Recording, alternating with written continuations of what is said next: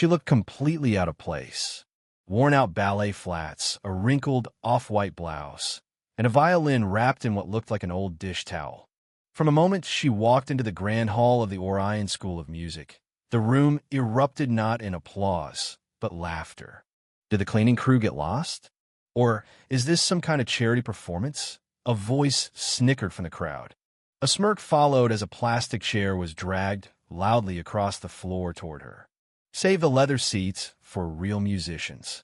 Someone else shoved a battered, neglected violin into her hands with a sneer. Let's see what aisle 7 clearance sounds like. She said nothing. No protests. No apologies. She merely sat down, unraveled the cloth, and tucked the dusty instrument under her chin.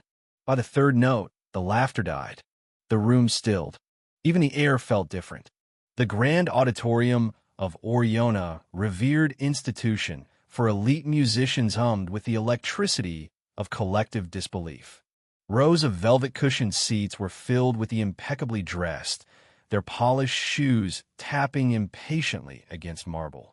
Gold-plated instruments gleamed beneath the high chandeliers. Among them, nearly invisible in her simplicity, sat the girl Isabel Quinn. Her linen dress, modest and clearly second-hand, hung delicately over her slim frame. Her dark curls, unstyled but healthy, cascaded over her shoulders, framing a face that was stunning not because of makeup, but because of its sheer authenticity. At 19, Isabel radiated a quiet, composed strength. She didn't scan the room with the anxiety most would she observed it. Detached but aware. Today marked the Orion Conservatory's annual audition for its most prestigious opportunity, the World Virtuoso Showcase. A single performer would be selected to represent the school on an international stage. For most, it was a career-making spotlight. For Isabel, it was something else entirely. Across the hall, Dr. Meredith Langley, a conservatory dean with eyes like polished steel and a tongue equally sharp, leaned toward her colleague, Dr. Neil Hart. Her lips curled into a smirk as she whispered, "That one in the back, Isabel." Bold of her to think that dress belongs under these lights. Dr. Hart chuckled, his voice dry. What's next? Auditioning in pajamas? Maybe a sackcloth and sandals next time. Their exchange didn't go unnoticed. Whispers began to flutter through the rows. Some students turned to look, some snickered, a few openly stared. Their laughter wasn't loud, but it was cruel enough to slice. Isabel's fingers tightened around the handle of her violin case. She'd seen this all before dozens of times. The mockery, the doubt, the entitlement. But that didn't make it any easier.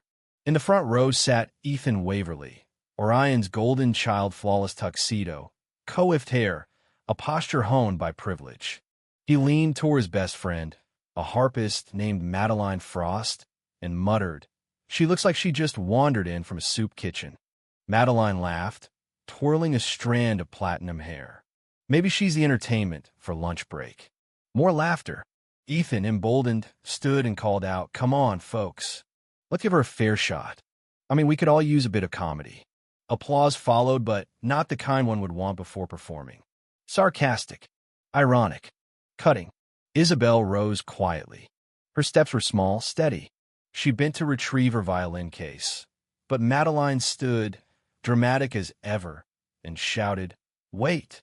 Let's all admire her look first. Is that the new Depression-era chic? Or just desperation?"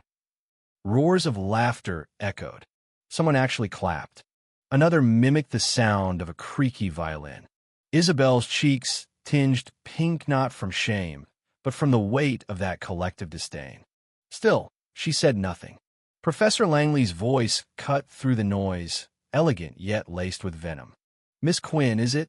A humble choice of attire for someone asking to be taken seriously." Dr. Hart chimed in under his breath. "Can't wait to see this disaster unfold." Ethan, riding the momentum, strutted toward the supply room and returned with a dusty violin that looked like it hadn't been touched since Reagan was in office. He held it out with an exaggerated bow.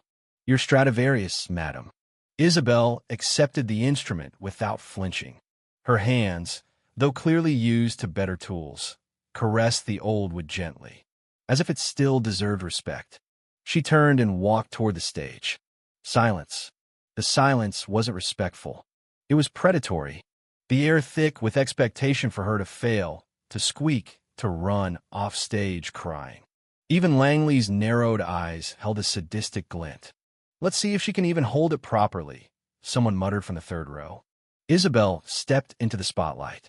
Its harsh brightness illuminated every frayed thread on her dress, every speck of dust on her shoes.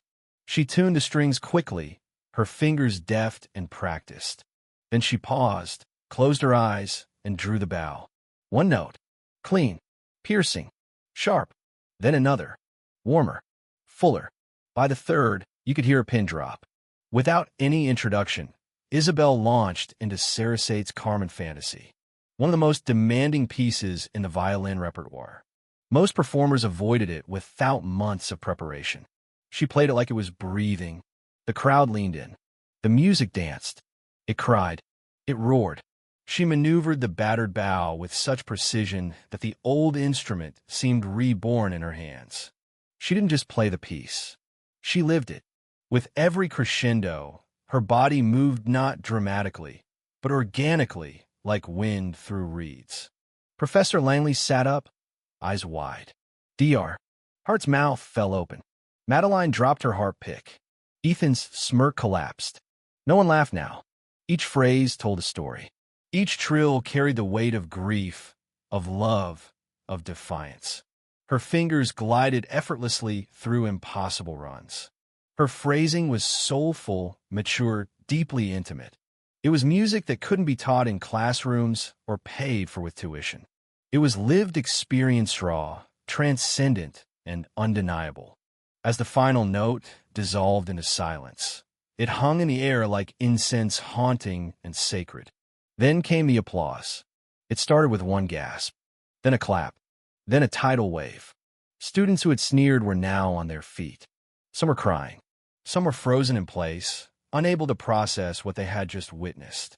Isabel lowered the violin and turned to face the judges' panel. Professor Langley cleared her throat, voice trembling slightly. "Young lady, what is your name again?" "Isabel Quinn," she said quietly. "Dr." Hart adjusted his glasses, blinking rapidly. "Where did you train?" "That performance, it was extraordinary. I was taught by Adrian Voss," she replied softly. Gasps rippled through the faculty. Adrian Voss, a name etched into musical history. A reclusive genius, thought to have passed away without ever mentoring a student. It had long been a mystery whether he had ever chosen a successor. "I was with him until the end," Isabel added. "He didn't want his music to die with him." Dr. Hart stood, visibly shaken. "You studied under Voss? You're the apprentice?" She nodded once. The revelation rocked the room. Langley looked down. Her smugness dissolved into something like dread. She had mocked a prodigy. Worse, she had mocked the legacy of a master. We must offer you the solo," Langley said at last. "For the showcase. You've earned it." "Thank you," Isabel said calmly. "But I won't accept the solo." Gasps again. "I have a different proposal," she continued. "I ask that instead, the conservatory establish the Adrian Voss Scholarship for musicians who have the talent, but not the money, to study here." Langley blinked. "That's unusual." "It's necessary," Isabel replied. "Music should never be behind a paywall." Dr. Hart nodded slowly, moved. "We will absolutely consider that, Miss Quinn. You have our word." The next days were a whirlwind. The conservatory formally announced the Adrian Voss Scholarship fully funded, full ride. Isabel's name appeared nowhere on the plaque, at her request. Ethan Waverly was suspended for 1 semester for his conduct during the audition. His legacy, now a stain on the school's reputation.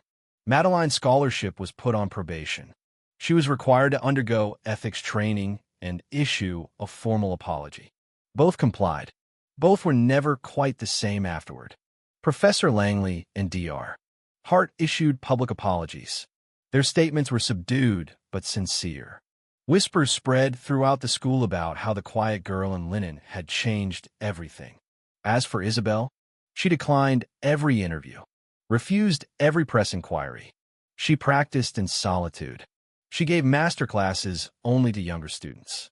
She was spotted sharing a sandwich with the janitor once in an act that seemed to confirm her mythic humility. One day, a first-year pianist named Amelia approached her after a late-night rehearsal. "I was there," Amelia said, voice shaking. "At your audition. I didn't laugh, but I didn't speak up either. I am sorry." Isabel gave a gentle smile. "You're speaking now. That's what matters." Amelia hesitated. "Why did you come here? You didn't need this place." Isabel adjusted the strap on her violin case. "To remind them," she said, "what music sounds like when it's born, not bought." And with that, she walked away, no fanfare, no spotlight. But from that moment on, everyone who played under the high ceilings of Orion remembered the girl in the wrinkled dress. Because sometimes the brightest light walks in quietly and lets the music do all the talking.